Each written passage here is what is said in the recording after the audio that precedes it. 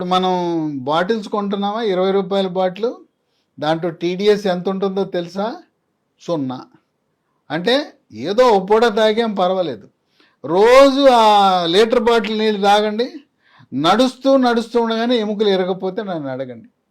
ముందు నింపులు వస్తాయి, తర్వాత అనేక మందికి నడుస్తూ ఉండగానే దెబ్బ తగలకుండానే తుంటికి ఇరిగిపోతా ఉంది. అంత ఎక్స్ట్రీమ్ గా పెట్టుకోకుండా ఉంటే బెటర్ కదా సార్ ఆర్ఓ వాటర్. అసలు దాని ఇంకో పరిష్కారం వచ్చింది. ఇవాళ ఆర్ఓ ప్లాంట్ వాటర్ కాదు, ఈ రోజున ఆల్కలైన్ వాటర్ తాగాలి.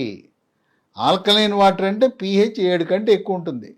ఈ ఆర్ఓను ఉపయోగించుకుని దానికి ఆల్కలైన్ కాంపోనెంట్ తగిలిచ్చేసి వాడుకోవచ్చు.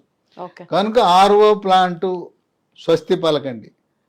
ఇప్పుడు ఆల్కలైన్ వాటర్ కూడా క్యానులు వస్తున్నాయి, ఊళ్ళలో అమ్ముతున్నారు. చిన్న బాటిల్స్ కూడా వస్తున్నాయి. కొంచెం ఎక్స్పెన్సివ్ అనుకుంటా కదా సార్. ఏంటమ్మా ఆరోగ్యం కంటే ఎక్కువనా? ఇప్పుడు నువ్వు ఎక్స్పెన్సివ్ అన్నావు, ఎముకలు వచ్చినాయి, నువ్వు వెళ్ళావు, డాక్టర్ కొడతాడు, వాడు మందులు వేస్తాడు, నొప్పి ట్యాబ్లెట్లు. ఆ నొప్పి ట్యాబ్లెట్లు వేస్తే కిడ్నీలు పాడైపోతాయి. కిడ్నీలు పాడు చేయాల. ఎందుకు హాస్పిటల్కి ఆళ్ళకెళ్ళి పెట్టే బదులు ఖరీదు ఎక్కువైనా ప్లాంట్ మనం కిచెన్లో ఇప్పుడు వరకు ఆర్ఓ పెట్టుకున్నాం, ఆర్ఓకే తగిలించుకుందాం, ఆల్కలైన్ కాంపోనెంట్ తగిలించేయచ్చు. కనుక ఆల్కలైన్ వాటర్ దాని మీద మనం పెట్టి రేట్ ఎక్కువ ఉండొచ్చు కాక ఇంకెక్కువ ప్లాంట్లు వచ్చినాయి అంటే రేపు పోటీతత్వం పెడితే ఒక సంవత్సరం తర్వాత మన ఆర్ఓ వాటర్ ప్లాంట్ ఖరీదుకే వస్తుంది. కనుక ఆర్ఓ వాటర్ అది మనకి ఈరోజు చాలా చేటు చేస్తూ ఉంది. అది మన పాలిటి విలన్. ఇది తెలవదు కదా, చాలామందికి తెలవదు. వాళ్ళు మాత్రం ఆర్ఓ ప్లాంట్ వాడు మనకు మాత్రం బుకాయిస్తాడు. అసలు తీయగా నీరు ఉందంటే అది కేవలం డిస్టిల్డ్ వాటర్ అని మనం గమనించాలి.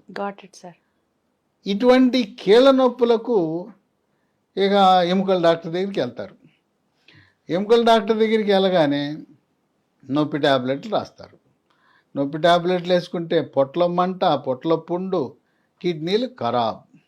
ఏదో 5-10 రోజులు నొప్పి ట్యాబ్లెట్లు వాడితే పర్వాలేదు, కానీ 10 రోజులు దాటి వాడారంటే ఇంక కిడ్నీలు పోయినట్టే. ఇక మళ్ళీ డయాలసిస్ ఎక్కాలి. డయాలసిస్, మూత్రపిండాల మార్పిడి చికిత్సలు.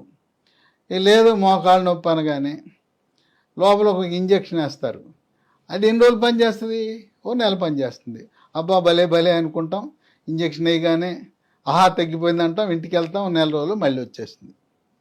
ఈ మధ్యకాలంలో వినాశకాలే విపరీత బుద్ధి అన్నట్టు ఒక రకాన్ని, ఒక చికిత్సా విధానాన్ని, అది ప్రయోగాత్మకంగా ఉంది, ఫలితాలు ఎలా ఉంటాయో తెలందాన్ని వార్తాపత్రికల్లో, టీవీల్లో, యూట్యూబ్ ఛానల్స్లో ఎక్కడ పడితే అక్కడ విపరీతమైన ప్రచారం చేసి ప్రజలను ఇబ్బడి ముబ్బడిగా దోచుకుంటున్నారు.